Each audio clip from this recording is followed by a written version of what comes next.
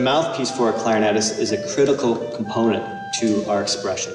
To find something that's currently available that has a beautiful sound, that seems to be a hole in the industry. And we seem to all seek out these 50 and 60 and 80-year-old mouthpieces. In the 1930s and 40s in Philadelphia, there were a couple of very notable clarinet players, Daniel Bernard first and then Ralph McLean. The American orchestras of that time were huge. One can only imagine Daniel Bernard needed some equipment that was going to project his wonderful sound. And Henry Shedville was the mouthpiece maker in that city. What makes the vintage mouthpieces so desirable is the sound quality and the craftsmanship involved in making that mouthpiece. Unfortunately, access to a high-quality vintage mouthpiece is extremely limited. Even if somebody had the money to buy a vintage mouthpiece, it's not necessarily going to be an easy thing to come by.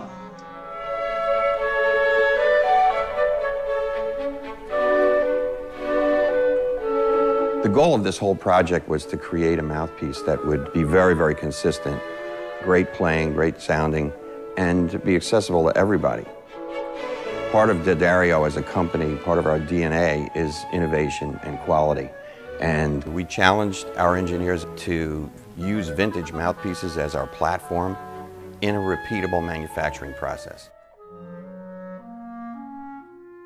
The Reserve mouthpiece was designed based on study of many, many vintage mouthpieces. We went through what is called the CT scan, which is very similar to like when you go to the hospital, and really try to see every detail that is creating that acoustical sound.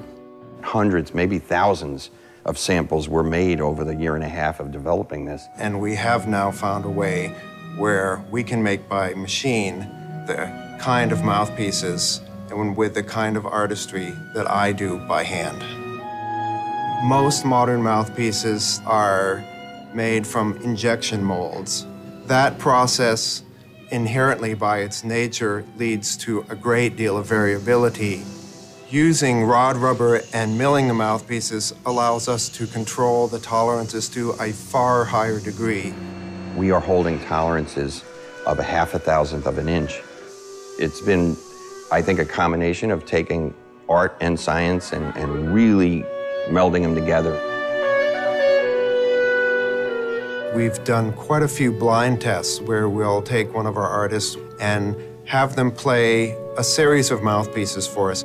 And each time we've done these, the Reserve mouthpieces have come out ahead of their vintage mouthpieces.